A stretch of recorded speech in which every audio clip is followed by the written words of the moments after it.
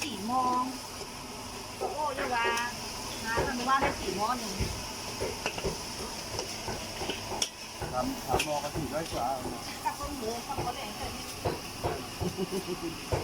แต่เขาทำพัดเหรอทำพัดดีนี่แหละท่องเที่ยว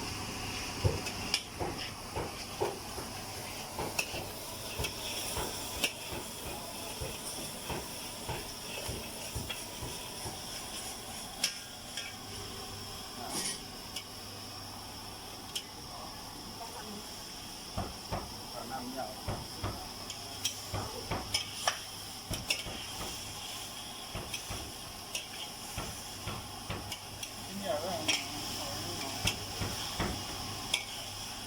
ว่าที่จับที่นครปีกไรก่อนปีกไร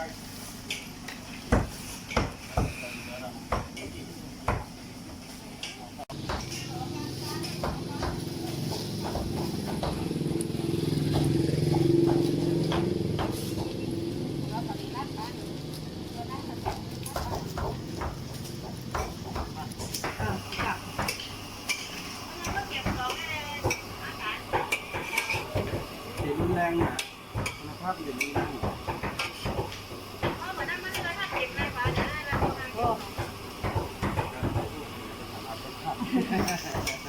ี่แหละย่าหมดก็ เน่าเขากินยาป้อมเลยกินยาไม่ก่อนเลยใส่กินยาที่ไม่ก่อนอีกได้ละ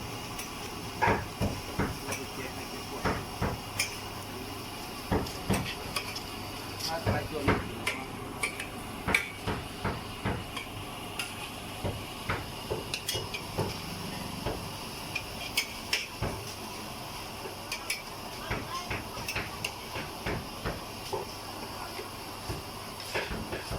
ตามเมนูที่เขาให้มาเนาะ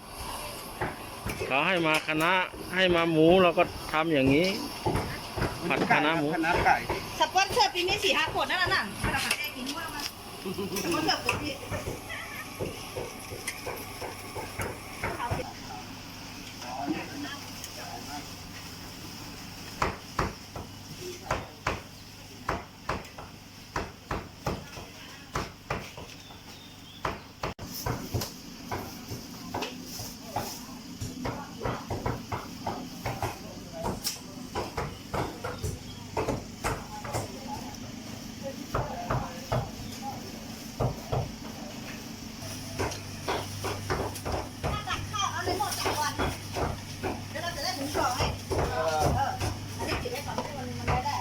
น้ำมอตักกว่านะร้อย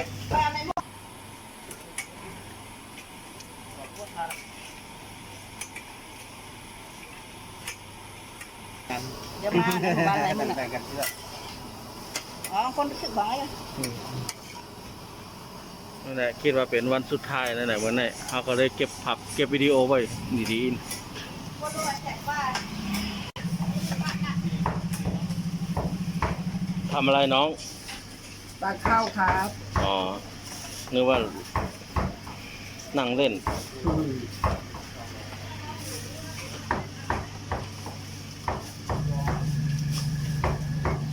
ไม่ต้องกินน้ำปลาแล้วก็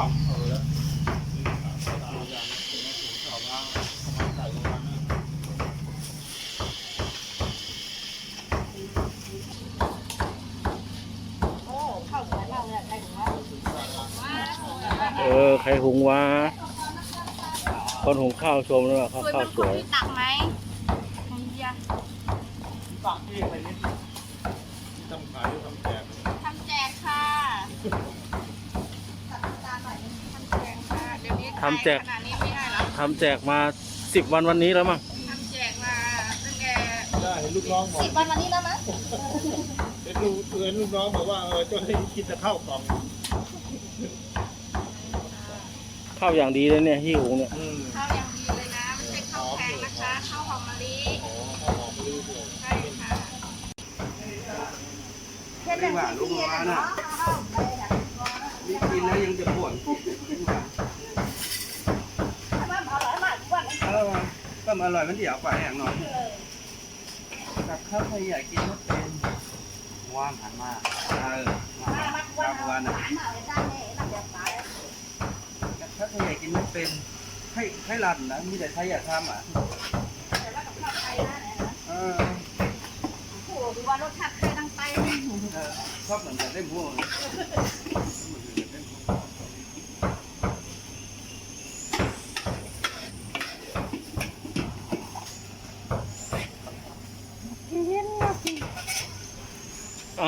ในหมอที่สองเรียบร้อยผัดคะน้าหมูสามชั้น ผัดคณะไก่ครับ ผัดคะน้าอีกแล้ว วันสุดท้ายนะครับ เราก็แดกชุดไทยได้มั้งเนี่ย หัว ถ้าได้หรือเขาบอกได้อย่างนี้เราต้องเนาะ ข้าวเห็นว่าอยู่ เขาไปบ้านหนูให้การนะ นั่นนะ Cam hầm mua càng khám á cậu theo vì là nó khó ăn cam sáng đi rồi มันก่อนอ่ะ tiếp bừng cam rồi nữa เนี่ยมีคนมาถามรู้เปิดงานแล้วยังจะมีแจกยังไงหรือไม่ได้แจก เราตักที่ไหนไม่ตักเลยเนี่ยเราไม่ตักว่าไว้ไหนไม่ตัก แล้วโยพักมีน้ำหมูอะ ไก่ออกน้ำกับ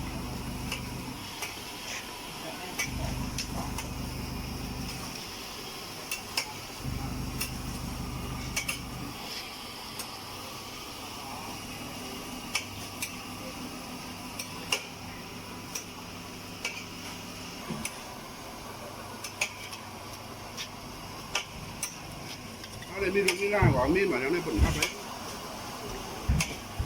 ว่างเลย hả ว่างเลย cáiตัวมึงต้องเลี้ยงไม่ไหวแล้วลูกมาด้วยเลยนะ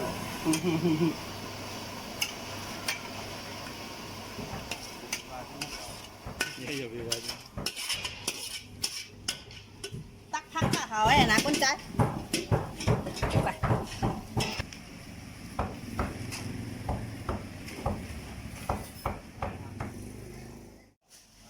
อ้าวอยู่ใครก็ไม่ ข้าวใส่ อืม ข้าวใส่มา หัวเราหัว มาใส่มา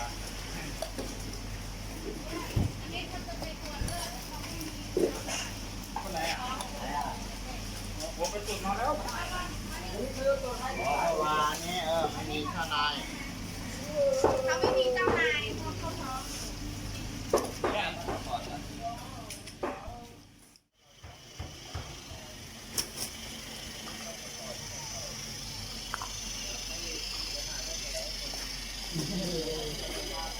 เมื่อวานนี่แหละ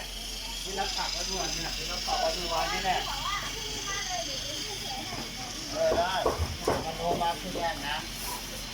ไม่เราเองก็แก่แล้วไม่จะแก่เลยนะ อ๋อเราไป ไม่งั้นก็ต้องพาต้องแก่มาด้วยแก่เลยรับรอง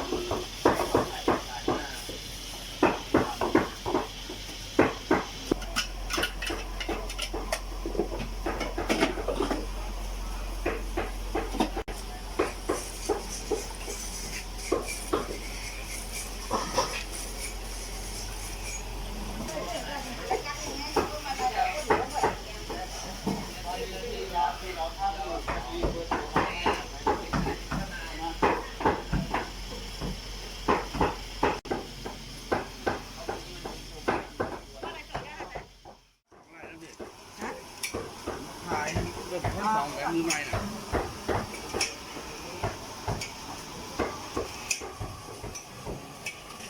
เฮ้ย ไก่คูงอ่ะเฮ้ย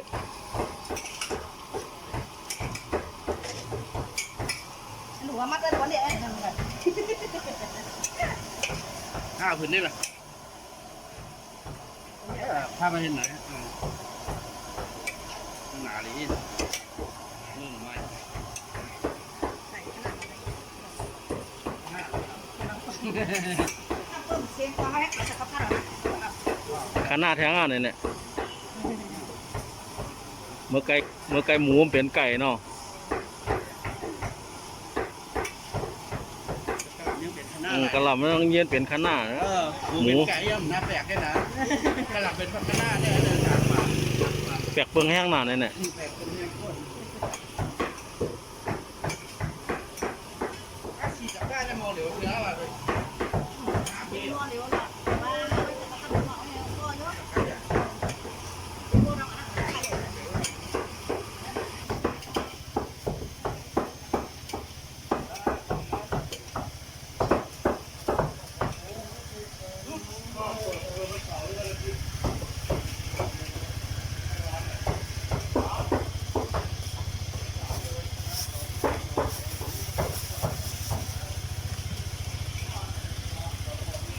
มาแกมตักขนาเนี่ยนะก็ไม่ทำกันลำเนี่ยเนาะเหมือนในมีสองเมียวพัดกันลำน้องพัดขนาเอาข้าวพัดแทงเมียวเนาะ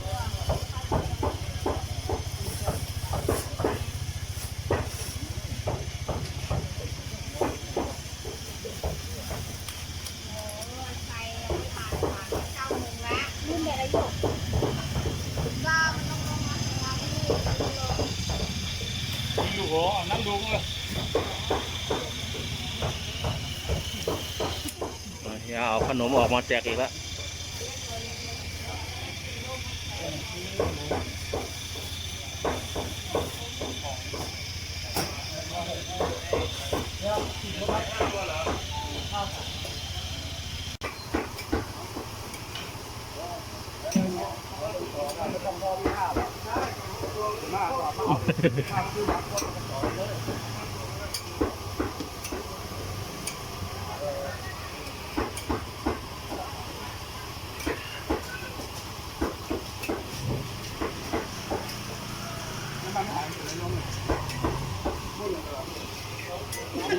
เอาแล้วนะ เอากันหลังเอาได้ เอาแทนคือกับก้านเนี่ยโดนได้เยอะคนเนี่ยมันคนหยาบโย่ถ้าคนรับผิดชอบก็เอาได้เลย อะไรมากกว่านั้นฮะ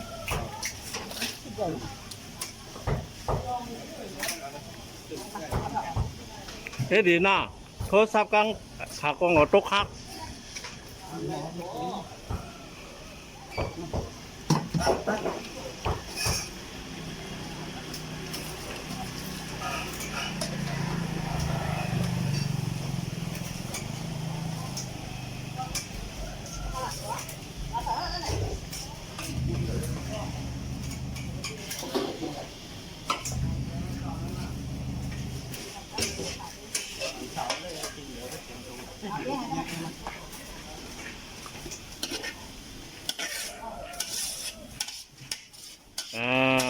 พัดผักบุ้งพัดผักคะน้า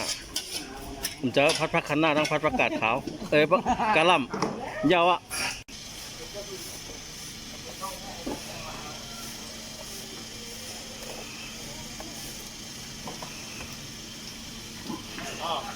เติมน้ำมันหน่อยพอเร่ง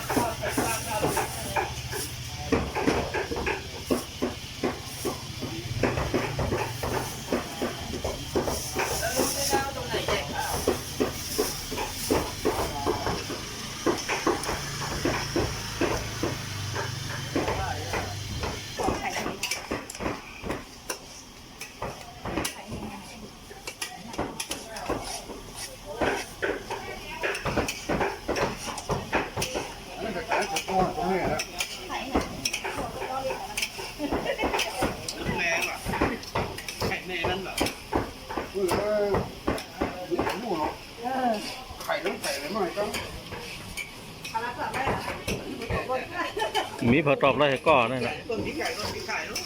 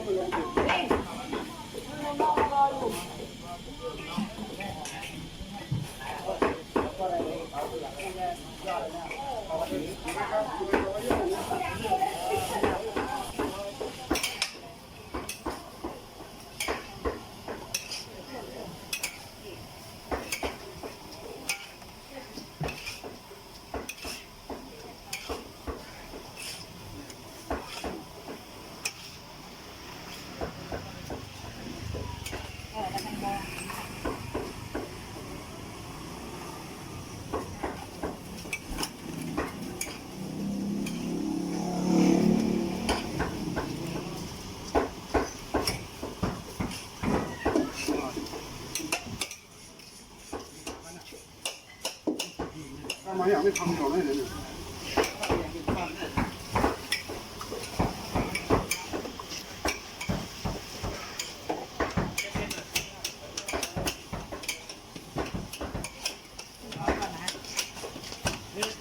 เข้าไปโรงแรมฮะ